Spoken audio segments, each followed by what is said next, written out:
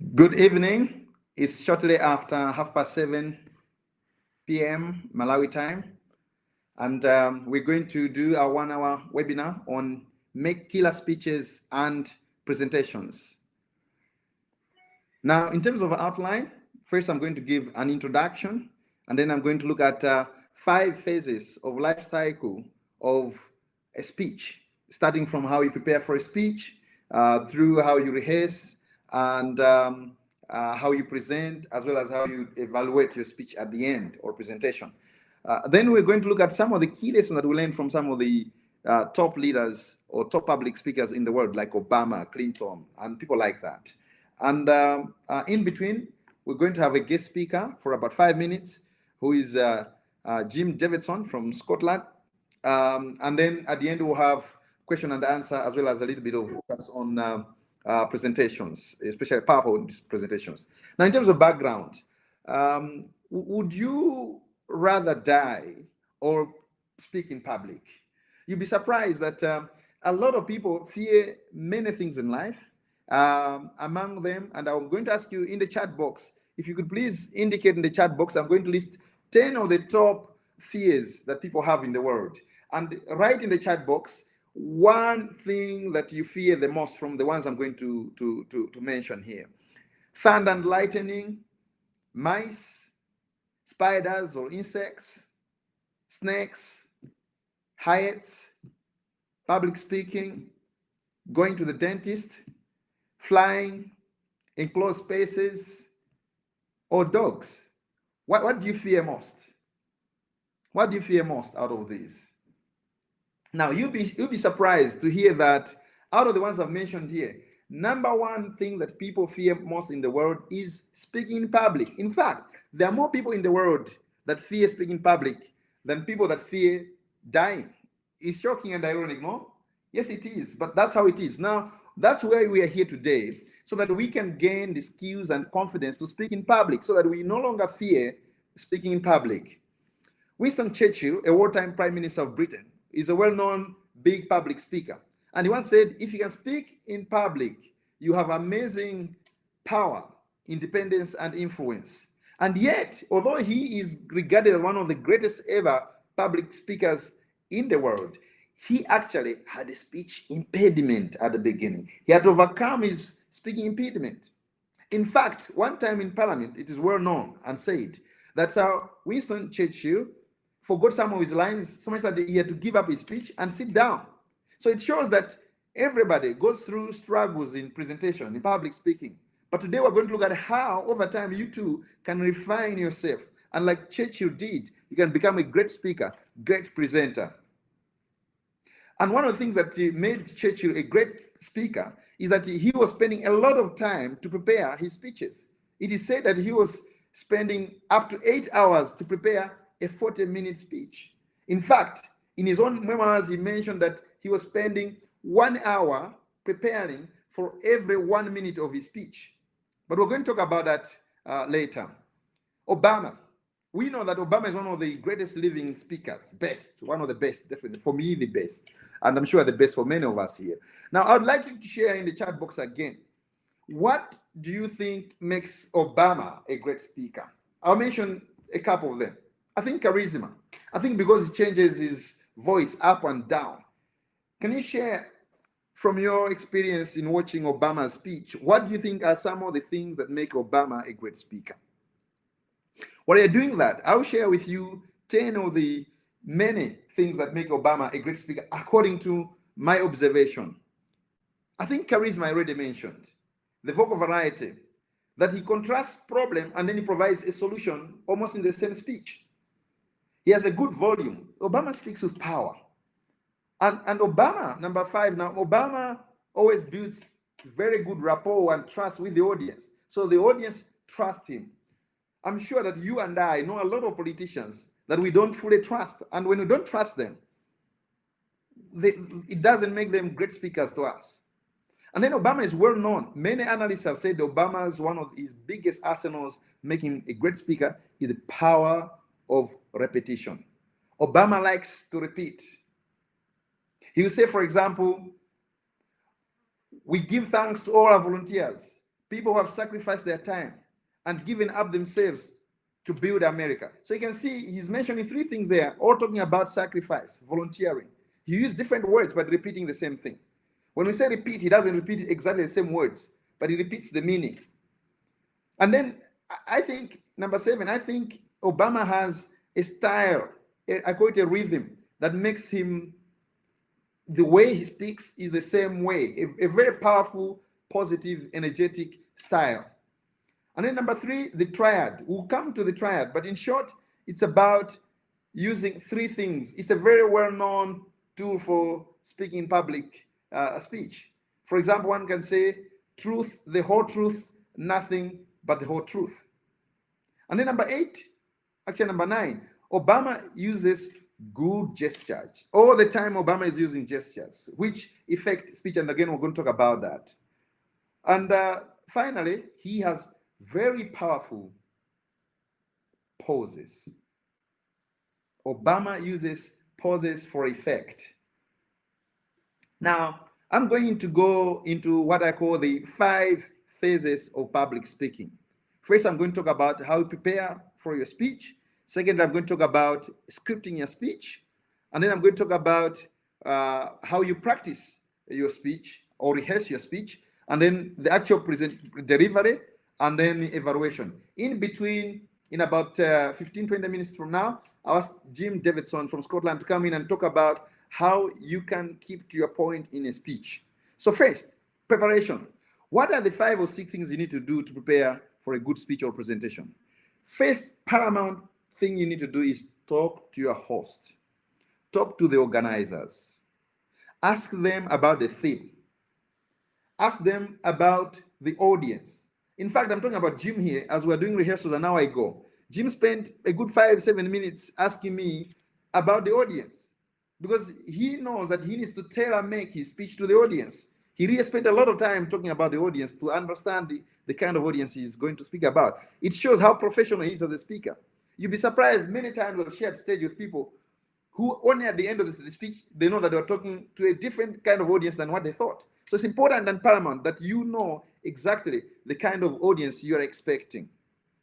And then number 2, you need to find a topic and theme that you're going to address that is aligned with your passion, that is within your body of knowledge. Never present on something that you don't know very well. I remember just about a month ago, a colleague of mine is a motivational speaker, and he presented to some youth team about entrepreneurship. And then they asked him to come again to present about job interviews. And he told them, he referred them to me, because he thought that that's not exactly his area. He could do okay, but that's not his area. Similarly, when I'm asked to talk about business or entrepreneurship, I pass it on to him, because we believe that we are at best when we speak about something that we're passionate about, something that we have a lot of knowledge about. And then number 3, you now need to research about your topic. Gather a lot of information, a lot of data. Research.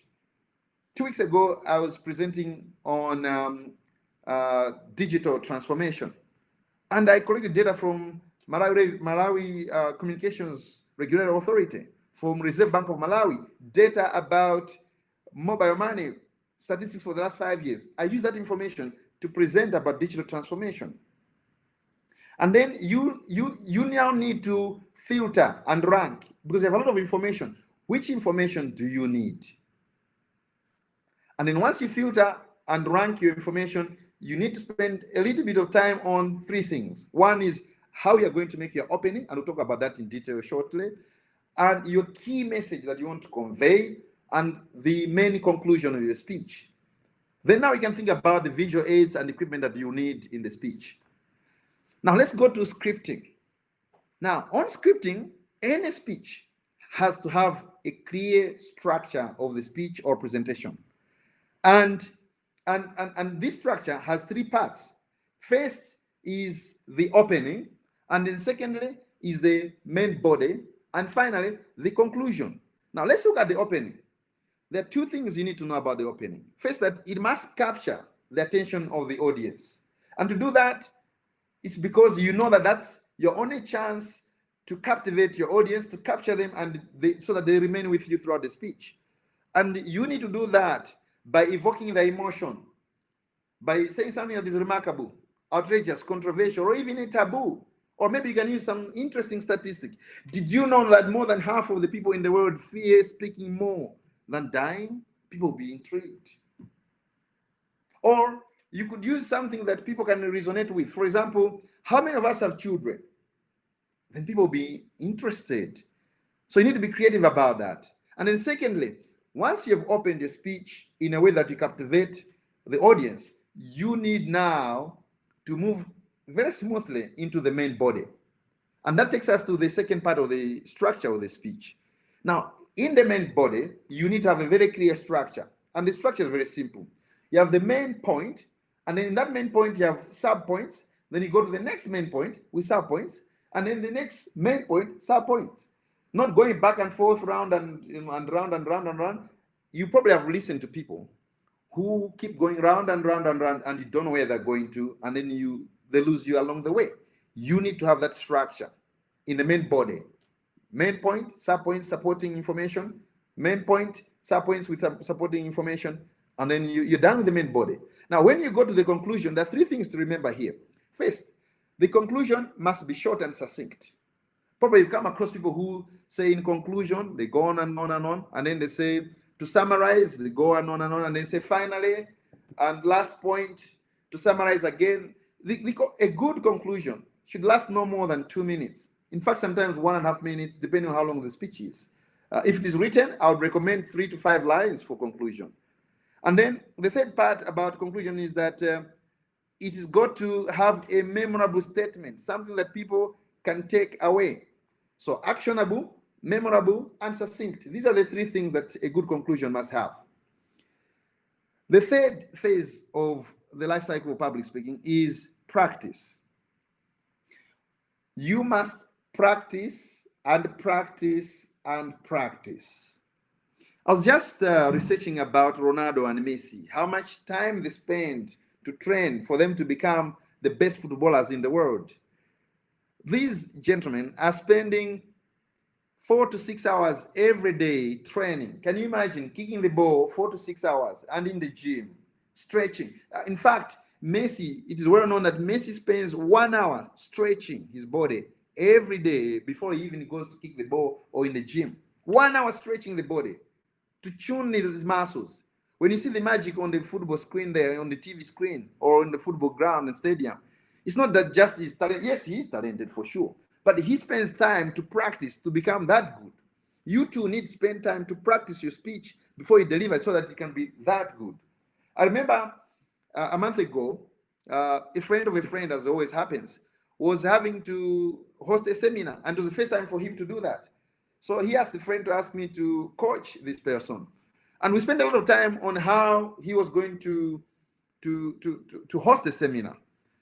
And one of the key things that I spent a lot of time in coaching this person was to rehearse and practice how he was going to host that seminar. And in the end, he told me that the seminar went out very well, and the boss was extremely happy, almost tempted to promote him on instantly. So you too, if you rehearse all the time, then you will become a great speaker that you want to become. Now let's go to number 4. This is about delivery. Now, I'm going to talk about 4 things or so about speech delivery. First, on the day or at the time you're going to deliver a speech, you need to check your venue, check your equipment.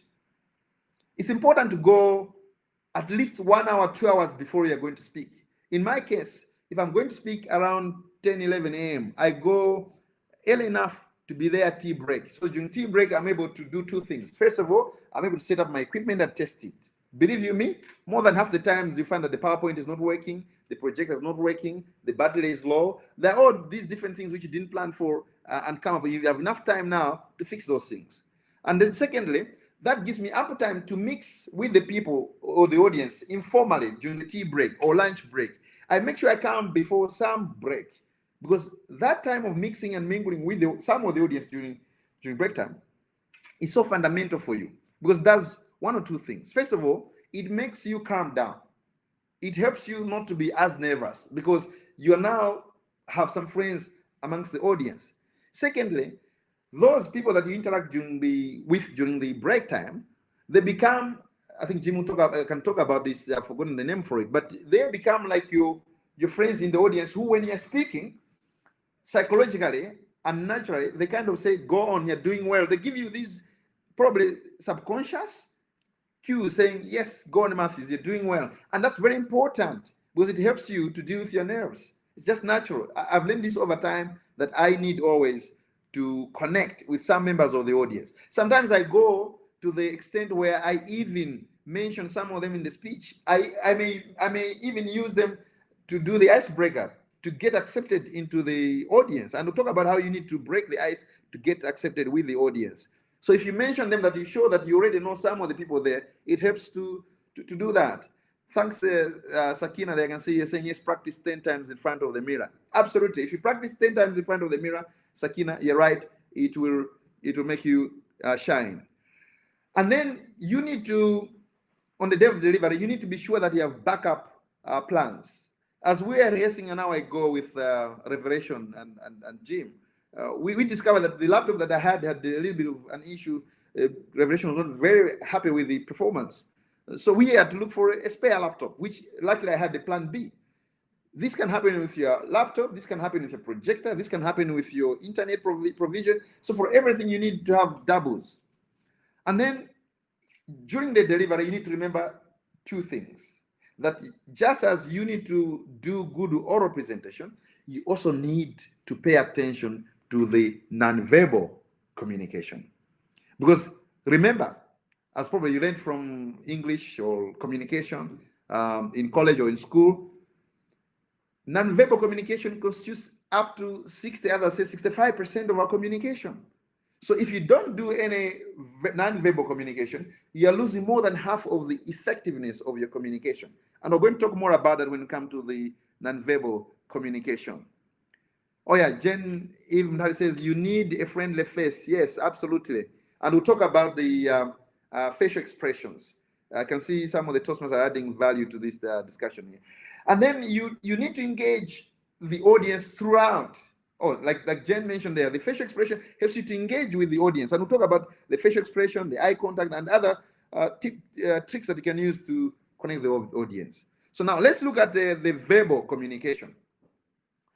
There are a few things you can do to ensure that your verbal communication is very effective.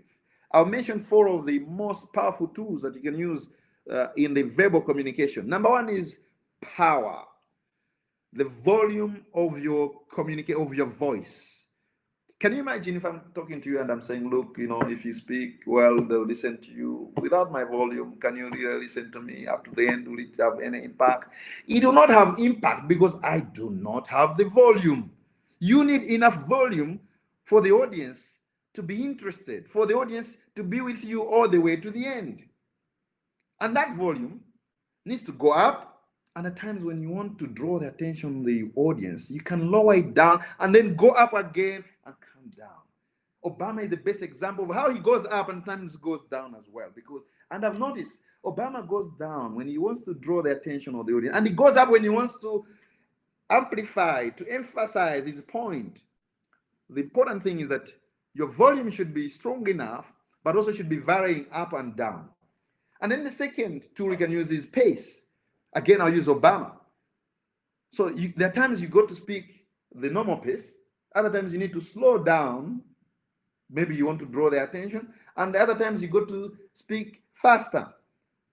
So it's really about variety. We call that vocal variety. And then number 3 is the use of pauses. Well, I'll tell you this.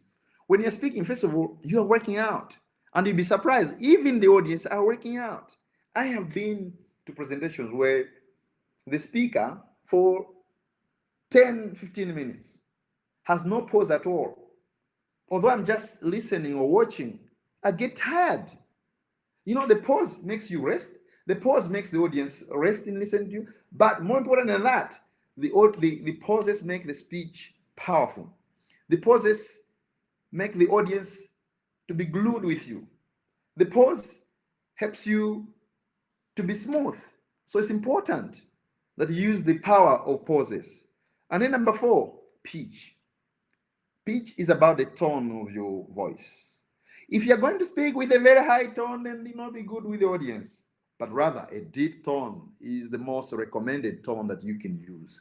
And we're going to talk about this when we're going to talk about the pitch and tone for women. When we're going to talk about Michelle Obama and the rest of people.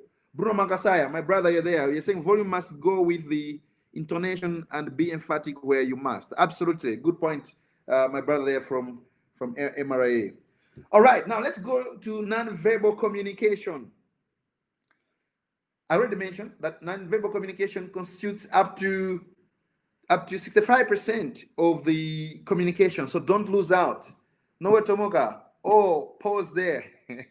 That's my former classmate. I think it's a good joke there. He's reminding me of school time when our teacher said you can only ask questions when he pauses.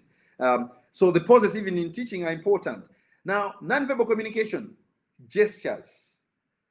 A speech without gestures is very boring. Can you imagine listening to somebody for 10 minutes without any gestures? Gestures make you connect with the audience. Gestures help you to draw the attention of the audience. Gestures make the speech interesting and attractive. So you need to have the gestures that are well defined. And others talk about nodes. N standing for neutral. Neutral meaning that as you start speaking, you use neutral gestures. You stand a good stand and talk about stance later on, and then that you should be open to the audience. Imagine I'm speaking to you and I have my hands like this. What will I look like? I look like I'm being defensive or I'm blocking you away. So you need to stand in a way that you're open to the world, to the audience. And then you need to have defined gestures. For example, I'm talking about 2, 3. It was a powerful speech. So the gesture has got to be defined and relevant to what you're talking about. Now let's talk about eye contact. Eye contact is very important because with eye contact, you show the audience that you believe in what you're doing, that you're confident, and that then if you're looking at them, they're bound to be looking at you as well. You are raising powerful punchy points. Thank you, Benedicto Cananza. Yeah. So with eye contact, it means that you and the audience are glued, because when you're looking at the audience, they also be looking at you.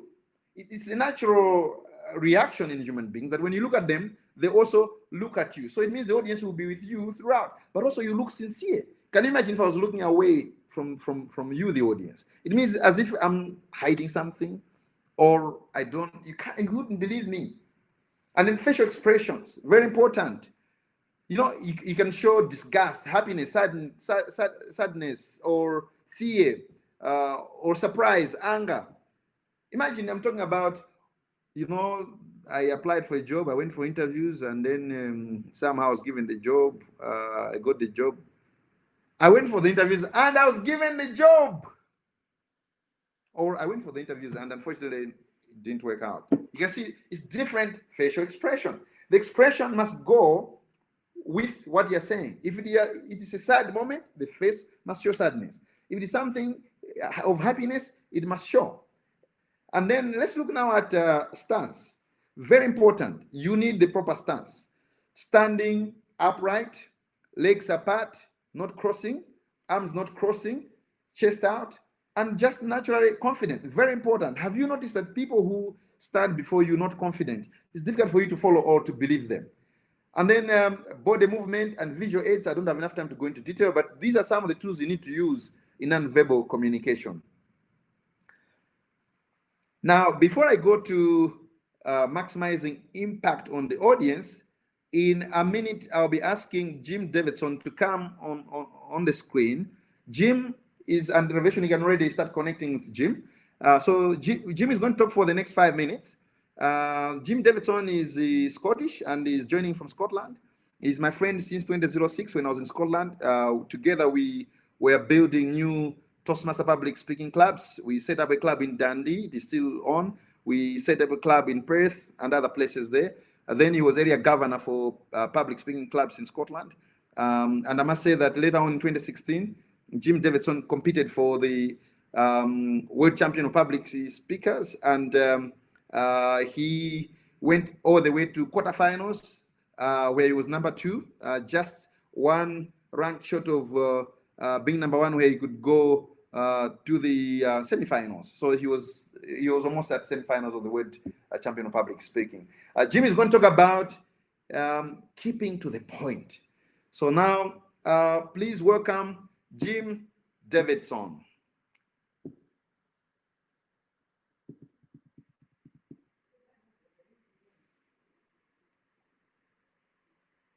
Revelation, if we can have Jim.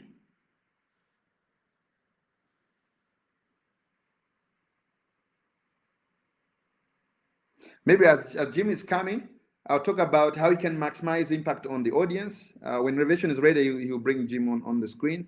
So you can maximize your impact on the audience through a number of tools. The first one is sincerity.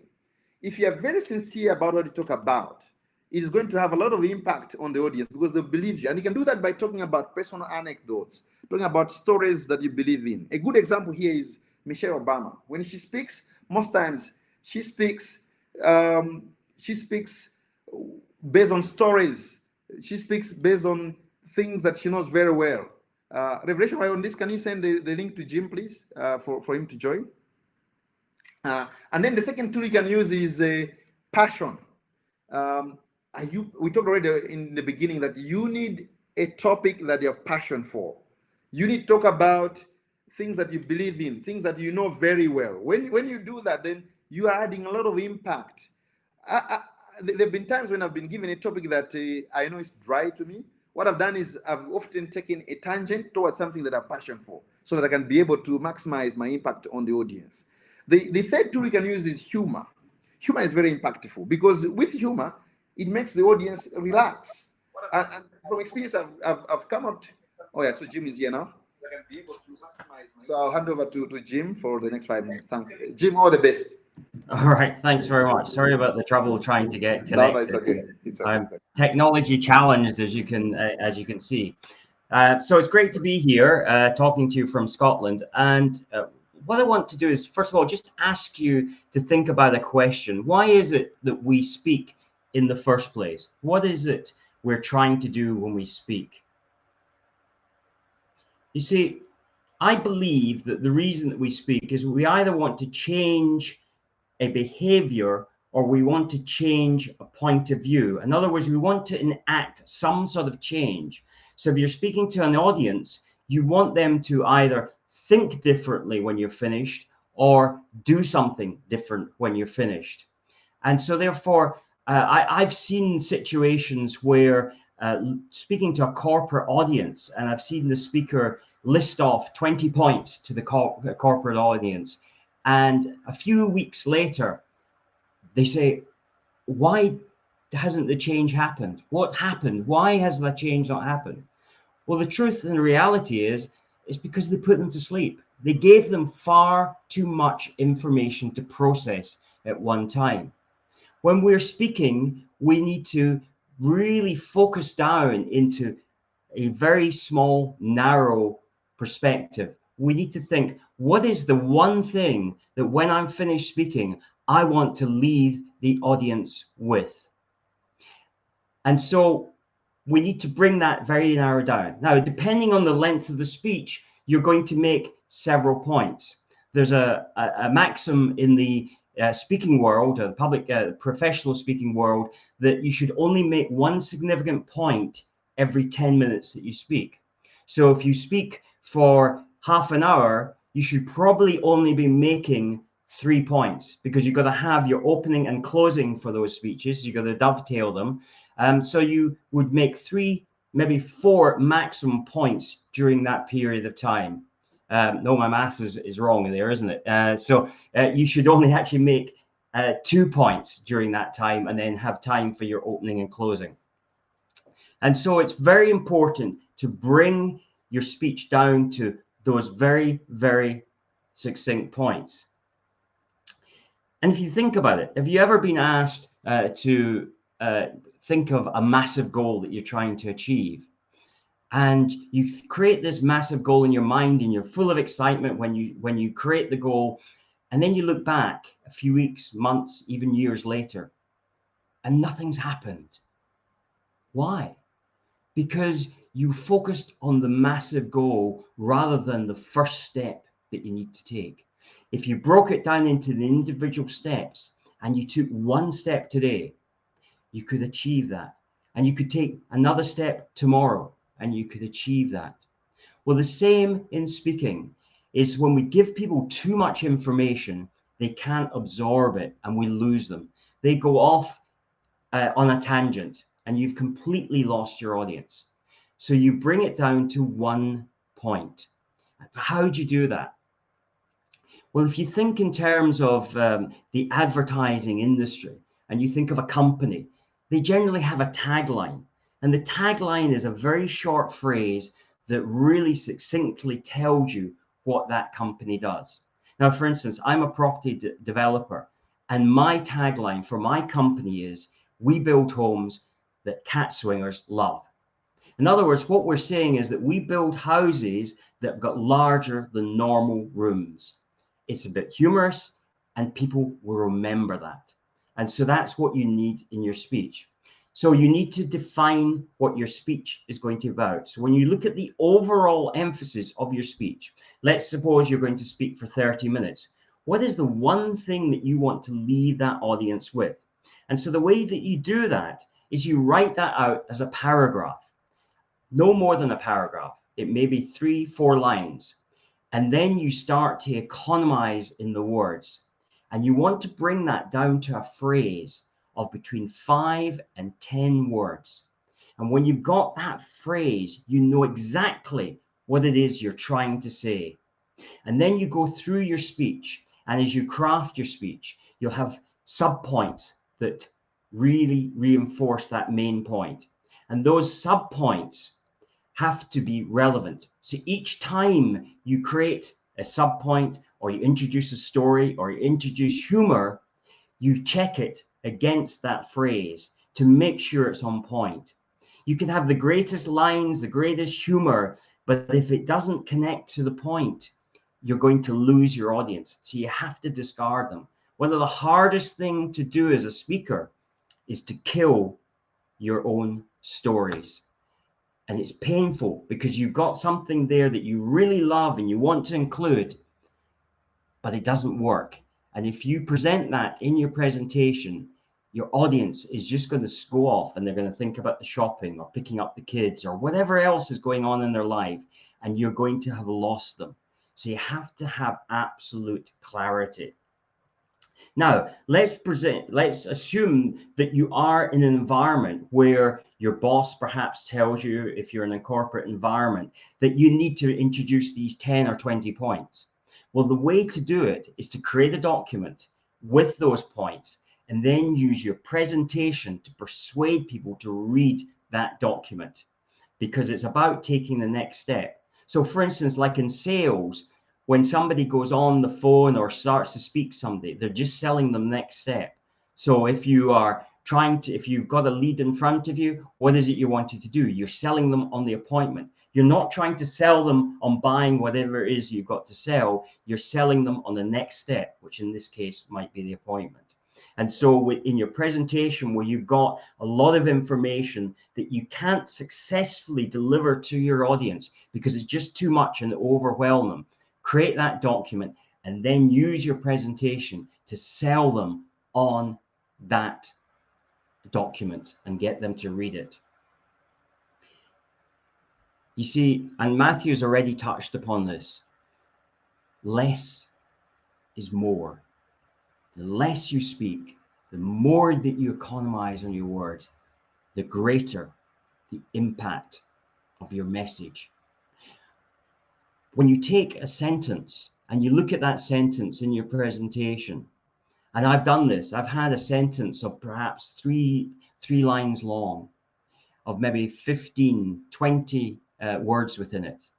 And I look at it and say, where can I economize the words? Where can I take them out and make this much more succinct? It's punchy and it comes across much better, and it gives you, allows you to, your speech to breathe. Think of it as like a landscape. If you look at a landscape by one of the great artists, it's the space that is around the landscape that makes that such an amazing painting. So you need space around it. And you do that by, first of all, focusing on what it is you're really trying to say and being very succinct, and then economizing where you can on every word that you use. Every word in your speech should be important to be there, to qualify to be in your speech. So I hope that tip works. And now I'm going to hand back to Matthews, and hopefully I fulfilled my remit that he asked me to do. So much, Jim. You have fulfilled the goal of what we wanted you to talk about. And I think I can see the do more with less has resonated very well with our audience there. And I like the way you've broken down how you start with a paragraph, reduce down while losing no meaning, down to 5 to 10 words or something like that.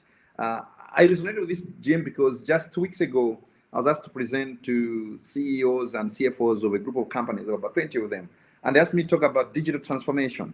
And I went to there, I said, digitize or die. So everything I spoke about was towards digitize or die. So thanks, Jim. Remain there. Of course, you take you off the screen, but you'll be back during question and answer. Thank you, Jim. Thank you. Thank you. So I think Jim has spoken very powerfully there. And as you were speaking, I saw lots of comments here from Moki Wheeler and Chimwemwe Ganje about what about online digital speaking online. I think we will have a special one for that. But one thing I can say about that is that 2 or 3 things about online presentation. First, your audience is the camera. So you've got to be looking into the camera near all the time. That's number one tip. The second one is that you've got to work with your frame. You see, if my hand goes, that is out of the frame. Here is within the frame. So those are the 2 basic tips that we can talk about at another time. So now let's go back to where I was. And I have 10 minutes, then we'll have 10 minutes for question and answer. I was talking about the tools you can use to maximize your impact on the audience. I talked about sincerity. I talked about passion, humor. And now I'm going to talk about personal anecdotes, which I talked about. Michelle Obama uses them a lot of times. When you use personal anecdotes, personal stories, you're going to have impact. And the stories is the last one. When you actually in public speaking, we say, tell a story, then make a point.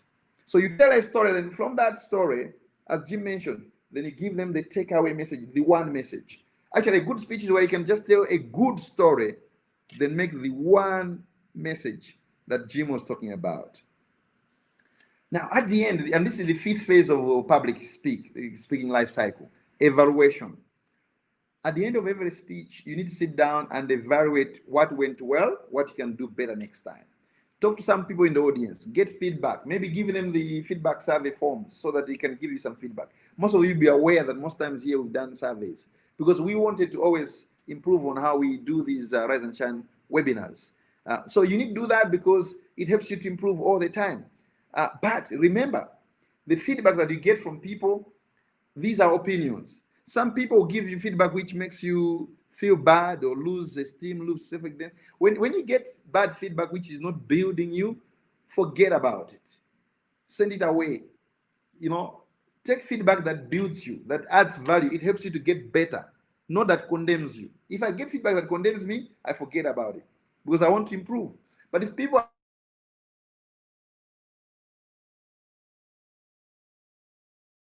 but if they say you're bad, you are useless, or we did nothing good, they'll disturb you. Remember, we said even Sir Winston Churchill had speaking impediment. He one time forgot his lines in Parliament. So do not be disappointed or put off. Now I'm going to spend 2 minutes or a couple of minutes on PowerPoint presentations because a lot of us spend a lot of time presenting using PowerPoint presentations. So I'm going to talk about 4 or 5 things you need to bear in mind when you're delivering PowerPoint presentations. First of all, remember that PowerPoint is a visual aid. It is not the presentation. It is only helping you to present. In fact, a couple of times I've lost power or some problem that made my PowerPoint not able to work. And then I've still continued to present without the PowerPoint projector or PowerPoint presentation. And it still went on very well. So remember that do not over-rely on the presentation. It is only helping you. I've seen many people think that once they have the PowerPoint, then they're okay. Not at all. So do not hide behind the PowerPoint. It's only a tool that you want to use. Secondly, and this is very important, remember, in this world, apart from Arabic word, we read from left to the right hand side. So you need to stand to the left where the audience are reading from. When you stand from the other side of the board or where the PowerPoint is projecting, you confuse them. So it's important that you start and then point in the direction where they are reading. It's very, very important to remember that. And then you need to talk, you need to manage the number of slides you have for the presentation. Have you also seen that sometimes you have somebody who has 30 minutes to present, but they have 100 slides? You wonder, how do they think they'll cram 100 slides in 30 minutes? So depending on the time you are allocated, you need to have the slides that match that time. And then you need to have the key points about the PowerPoint, which is on each PowerPoint slide, you need to have few points. Some people talk about the 10, 20, 30 rule. They're saying for a professional presentation, maybe not more than 10 slides, although I think sometimes you can have more than that. I tend to have 15, 20 slides myself because from experience that works. And then they say you should speak for more than 20, not more than 20 minutes, because they think if it is too long, people will be bored, and that the font size should be not less than 30 font. I think what they mean is that you should have words which are big enough, but also they should not have too much text. You should not be reading line by line, word by word on the PowerPoint projector. If you're doing that, then you're not doing the right side. Okay, now I'm going to spend 3 to 4 minutes, this is the last part, to draw some of the key lessons from some of the top public speakers. I'll start with Mandela. The one big thing I learned from Mandela, and this was pointed out to me when I was part of the Oxford Speakers Club, Toastmasters. And I remember that the late Betty Norman talked to me. She said, look, Matthews, you are international. Your accent is different from ours. If you want us to listen and hear you clearly, you need to slow down because you're speaking before an audience that is different from your background. And she gave me an example of Mandela. She said when Mandela was leaving prison, in the beginning, people in the West couldn't easily hear Mandela because his accent was different and yet he was fast. So Mandela was coached to slow down. And once he slowed down, then the whole world could understand Mandela. So bear this in mind, especially if you are speaking before an international audience or an audience that has a different background from yours. And then I'm going to look, Obama, I think we've already talked about Obama, many lessons I mentioned, about 10 of them. Clinton, the one thing that I remember from Clinton is in 2004, I had the privilege to attend the Achievement Summit in Chicago, and Clinton was one of the speakers there. And you remember that was the time Clinton had just gone through an attempt to impeach him, although he wasn't really impeached, or he was impeached but not removed from presidency. Never mind. But he was going through a rough time. And as he was there on the audience speaking to us, international postgraduate students, me and my friends were talking about him in terms of the issues which were in the media, the controversies around his impeachment or pending impeachment. And as if he was reading our mind, he opened his speech by talking about how life can be difficult even for a president of the United States of America. And he talked about 2 minutes on what he was going through that time. And by doing that, he cleared our mind away from us being bothered about this thing in our mind. And I learned a big lesson there because prior to that, a year before that, I had gone to some remote place in Europe where a friend had invited me. And when I made a speech, people didn't listen to me because I didn't break the ice. So I learned from Clinton that you need to break the ice. And so 2-3 years later, I was talking before accountants. I am an engineer myself. I had found a way of connecting with the accountants. 4 years later, I was talking to Presbyterian Church, and I'm Catholic. I needed to address that. I talked about how my paternal grandfather had been Presbyterian and how I carried his Bible when I was young to the Presbyterian Church. By just saying that, the Presbyterians accepted me now to say, yes, now you can address us. This is paramount. If you're going to talk to children in primary school, talk about how you enjoy primary school yourself, to relate, to break that ice. The audience wants you to find a common ground. Then now they can accept you as somebody who can address them. Now, the lessons from the female speakers, Margaret Thatcher, Michelle Obama, Angela Merkel, or even Hillary Clinton, all these, one powerful lesson that I see for the women members of the audience here is that we talk about the pitch, they lower down their pitch. They have the volume. Because I've seen that a lot of women who don't manage their public speaking, Either their volume will not be big enough or strong enough, or their pitch will be high pitch. When they do that, they are not as effective as they can. So one lesson you can learn from these ones is that one. Victor and Kaonga, you're here, Chief. You're saying, are there any traditional local Malayan speaker who inspires you? Oh yes, there are plenty. I'll come to that. I think most of the vivid ones are politicians. Now, I want to be apolitical because I mentioned the local political good speakers. People take it political. But we can talk about non-political ones. I'll talk about that during the question and answer, Mr. Gomba. Good question there. All right. So in summary, public speaking is like football. The more you practice, the more you rehearse, the better you become at it. And always go through the 5 phases of the life cycle of public speaking: preparation, scripting, rehearsing and practicing, delivery, and evaluation. Now we have 10 minutes for question and answer. And if you could please ask your questions. Some of them I saw them, but I wasn't able to see all of them. Jim is also here. Jim, thank you. Jim, is there anything you picked from the questions that you want to talk about? I'm sorry, I didn't quite pick up what you said there. Did you pick up any question from the chat that you could respond to, or if not, no, then you could just... somebody said that they wanted to ask a question of me, but I'm not sure who that was, and so. Or maybe you can talk about the question on when speaking online. Any tips? I mentioned about facing the camera, about managing the frame. I don't know whether you have any other tips about speaking online. I think that the hardest thing, I guess, whether you're speaking on online or whether you're doing that in a TV studio or something like that, is you have to actually be looking at the camera. When you speak to an audience, it's great because you can actually look at, as you mentioned in your presentation, you can look at individual audience members, and you feed off that. So you get some reaction. You actually get the wrong reaction, or you mistake the action.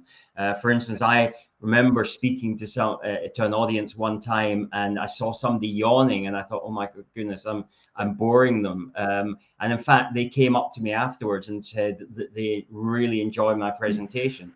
They were just tired. So you have to be careful in what you actually read.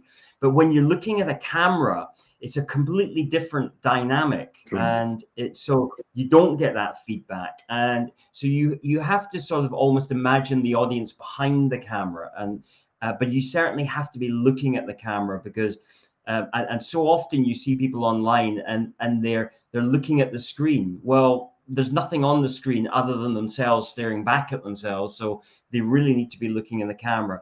It's tough, and I have to say, it took me a little while to actually get used to that. I actually find it much easier speaking to a camera, like a video camera, than I actually do speaking to an online camera, such as a webcam. But it's just, again, something with practice, and you'll master it.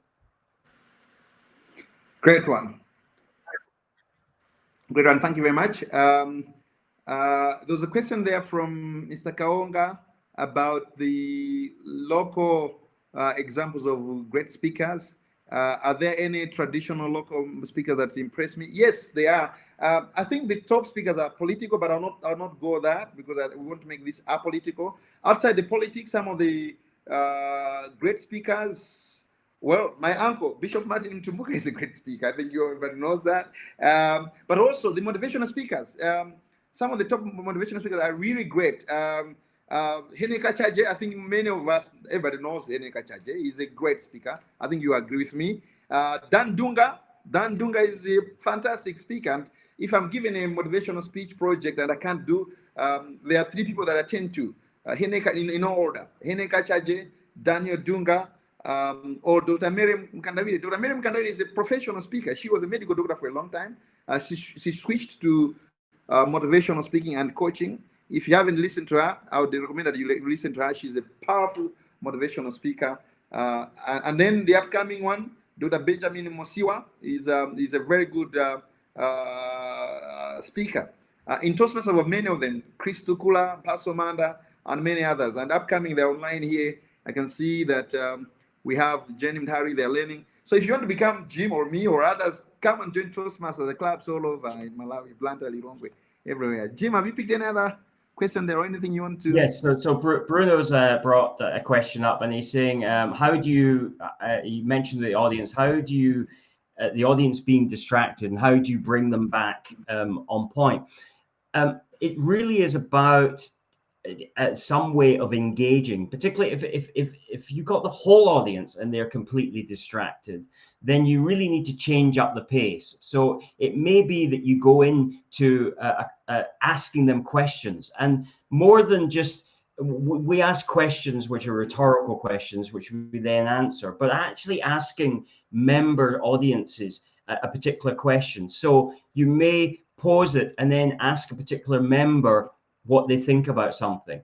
So by actually asking them the question, you start to engage that particular member, and then you perhaps get other people asking you questions. So you bring it up. Or it could be if you are, you introduce some change of pace. So it may be that you introduce some sort of like exercise for them to do.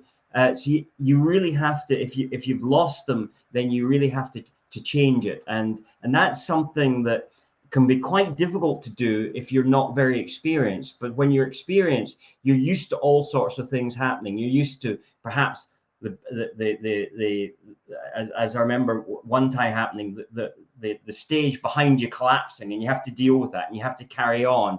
Or I can remember, for instance, also in another presentation, and we're always told to turn off our phones, and I had actually left my phone on, and it started ringing during my presentation.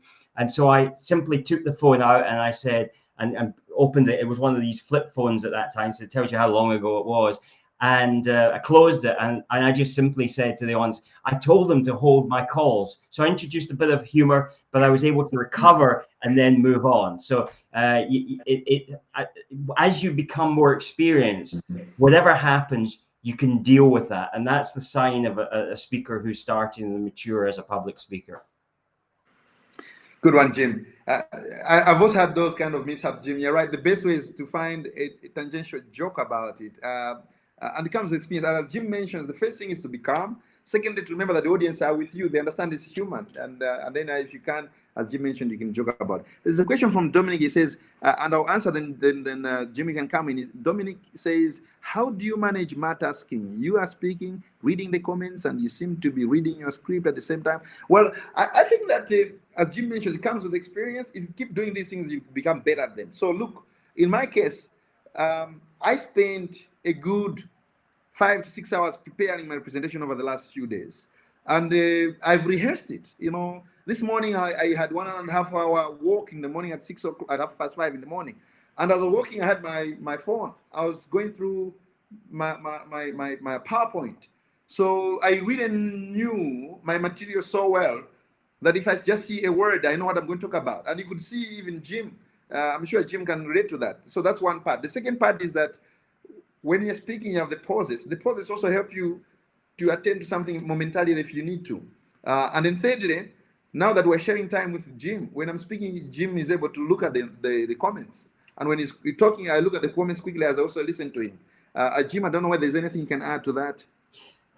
Yeah, I suppose it is partly through experience that you, because you know your subject well, and of course you made this point right at the beginning, don't talk about a subject you don't really know. So if you talk about a subject you know, and this is where it's always great to introduce stories as well into your speech, because a story, all you need to do is relive it. So because you've lived that story, because it's your story and you've lived it, you're just retelling the story, and you don't almost need to rehearse that bit, because I'm not saying you don't rehearse it, clearly you do, but you really, it's just almost embedded in your DNA, so you understand that. And one of the things that I found, and particularly when I first started speaking, was trying to get that flow of your speech and losing your place sometimes. What I found, the technique that I used, was that I would take my point that I was making, and then I would have a transition out of that actually led into the next point. So it could be something like, and I'll give you an example of this. Let's say you were talking about a skiing holiday, and you were talking about perhaps a night out where you're having a drink. So you might talk about the drink, and you would then relate to it. And I reserved my drink, and there was ice in it, and that reminded me of when I went skiing, and of course there was so much ice out there, and I had to cope with that. So there's a link there, because you've got that, and maybe that's not a great example, but you can see how that works. And because you've got that link there, it neatly folds in, and therefore your speech then becomes a flow that you don't even really have to think about what's next, because that is your signposting into what is the next part of your speech. So I find transitions are really, really good. And just one final point I would make is that we all have sometimes where we completely dry up and we have lost our place. And the worst thing you can do is panic. You just have to try and center yourself and try and remember where you were. And I'll give you another example of when I did that. I did that in a speech, and I have always videoed my speech, so because that helps you improve, and you can see for yourself where you need to improve. And I've always videoed my speech. So I had this speech that I was presenting, and I lost my place. And I just couldn't remember. And eventually it came to me. And because I had videoed it, I was able to know how long that pause was. And it was 15 seconds. Now, when you're in front of an audience, 15 seconds seems like an eternity. But here's the thing. Somebody came up to me after the speech and said, "That was amazing. And I realized it got a bit emotional for you at one point."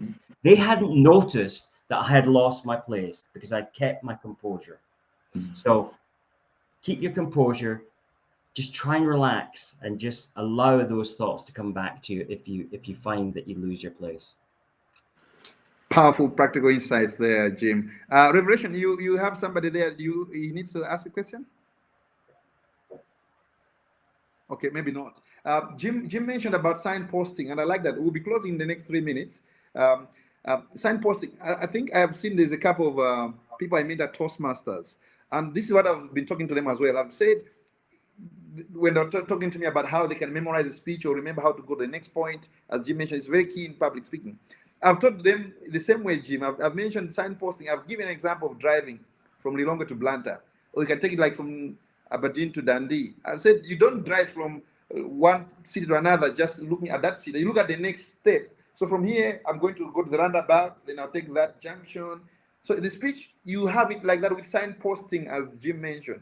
Once you have those signposting, as you're speaking and you have rehearsed it, you know where you are and you know where it will be next. It just comes natural, as the word he mentioned.